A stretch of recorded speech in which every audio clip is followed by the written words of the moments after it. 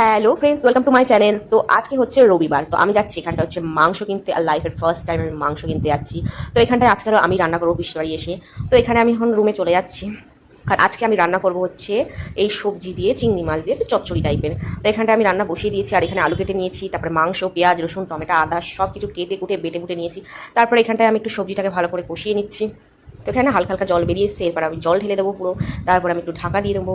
তো এখানে আমার ঢাকা দেওয়া কমপ্লিট হয়ে গেল। তারপর ঝোলটা হালকা হালকা ফুটে ফুটে এসছে, কালারটা জাস্ট দারুণ এসেছে। তো এখানটা আমার রান্নাটা ডান। তারপর আমি এখানে মাংসের জন্য রান্না করবো। তো এখানটা আমি রান্না করবো হচ্ছে মাংস, তার জন্য আমি আলু ভেজে নিলাম। তারপরে এখানটা একটা তেজপাতা দিয়ে দিলাম ওর মধ্যে, তারপরে দিয়ে দিলাম পেঁয়াজ।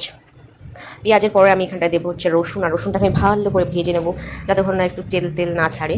তারপরে এখানে তেল ছেড়ে দিয়েছে, তারপর আমি দিয়ে দিচ্ছি আদা বাটা। তো আদা বাটাটাও ভালো করে কষিয়ে নেবো। তারপরে দিয়ে দেবো টমেটোটাকে আমি ভালো করে একটু ভেজে নেবো। নেওয়ার পরে আমি এখানটায় দেবো হচ্ছে সব রকম মশলা, হলুদ, লবণ, জিরের গুঁড়ো, গোলমরিচের গুঁড়ো, সব রকম দিয়ে ভালো করে আমি এটাকে কষিয়ে নেবো।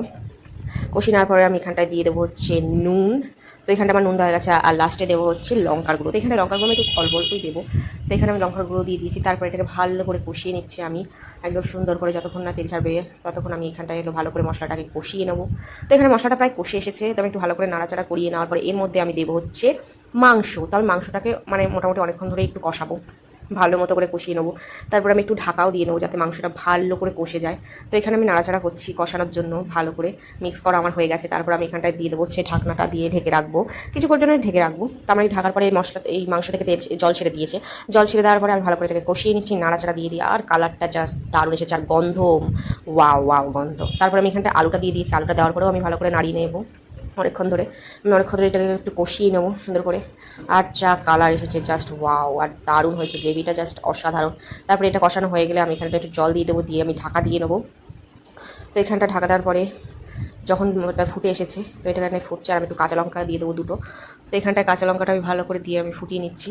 তো এখানটা আমার রান্না প্রায় শেষের দিকে, আর আমাদের রান্না কমপ্লিট হয়ে গেছে। জাস্ট দারুণ খেতেছি হয়েছিল। তারপরে এখানে আমি নতুন একটা লেজার রাইড দেখলাম, জাস্ট দারুণ, যা লাগছিল ওয়ালগুলোর উপরে, জাস্ট অসাম। আর খুবই সুন্দর লাগছিল দেখতে। আর এইটা দেখো, এই ফুলটা জাস্ট দারুণ। আরেকটাও আছে লাস্টে, যেটাও খুব সুন্দর ছিল, একদম দারুণ ছিল। এইগুলো মানে সবই খুব সুন্দর। তো ভিডিও ভালো লাগলে অবশ্যই like, comment, share and subscribe করে দিও আমার চ্যানেলটাকে। তো টাটা।